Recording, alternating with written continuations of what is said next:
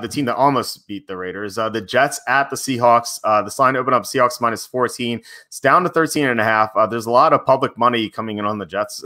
I guess everyone's excited to bet this team now. Who do you like in this game? Oh, no. I like the Jets. Oh, this feels bad. This does not feel good. But I just look at this, and I'm not going to bet this. I'm not going to bet on the Jets. I refuse to bet on the Jets. But I just think that the Seahawks are going to have a tough time covering this spread against the Jets because the Jets are playing better on offense. They're finally healthy. They have all their receivers there. Sam Darnold's there. And, you know, he's showing good chemistry with Jamison Crowder. And then Denzel Mims and Brashad Perriman are making plays on the outside too. He actually has some good blocking. Mekhi Becton looks really good. I don't know how healthy their line is going to be in this upcoming game, but if they're with most of their players, I think that they can at least have some semblance of a solid offense in this game.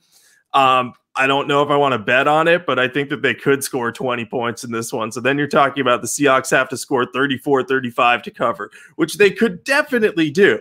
But, you know, there's something up with the Seahawks. Russell Wilson hasn't looked himself this year, or not even this year, just in recent months. Like he's gone through a bit of a slump after looking like an MVP for the first part of the season.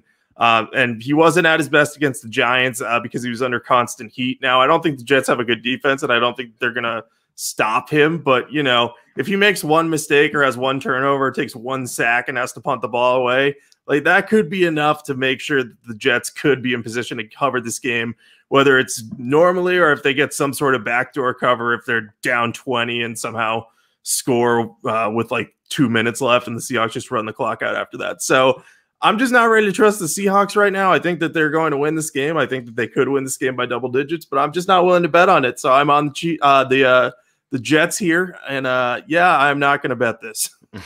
I'm not betting it either, but this is our first disagreement, I guess, officially. I initially was going to take the Jets because, like, the Seahawks, like for every reason you said. I mean, the Seahawks have issues in their secondary. They have problems on the offensive line, and I think the Jets' defensive line should be able to win in the trenches. And this is a high number, and you know, for a team to cover a high number like this, they have to be almost perfect. And you know, right now the Seahawks aren't. Like, they're playing poorly. Russell Wilson, like you said, he hasn't been himself lately. Something's up. You know, at least I think so. And you know, like with all the injuries, it just says like this line is too high.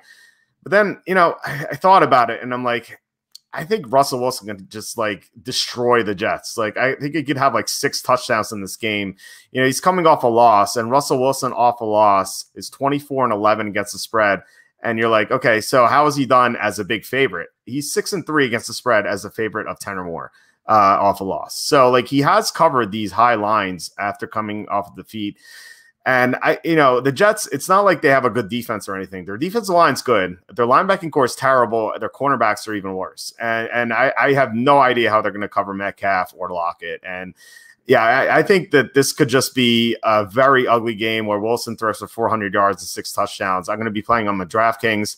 I think that, you know, they could win like 45-20. Like, you know, I think you're right in saying the Jets can get to 20. I think the Seahawks can get to 40. Yeah, no, you could definitely be right.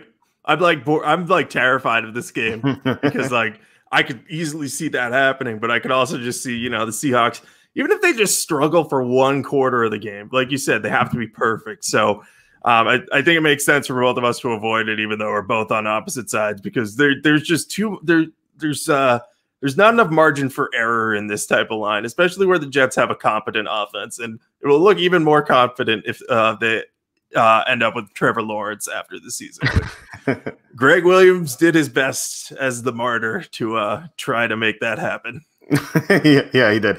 It'd be funny if he gets like a piece of like the Trevor Lawrence jersey sales or something like that. But no, I agree with what you're saying. Like, they have to be perfect. And if the Seahawks had won last week, I'd be on the Jets with you. But the fact that they had lost, I think Wilson is just gonna, you know, try really hard to save the season. Like, he can't lose again, like, because, you know, they fall to 8-5. They fall way too far behind the Rams if the Rams win. So anyway.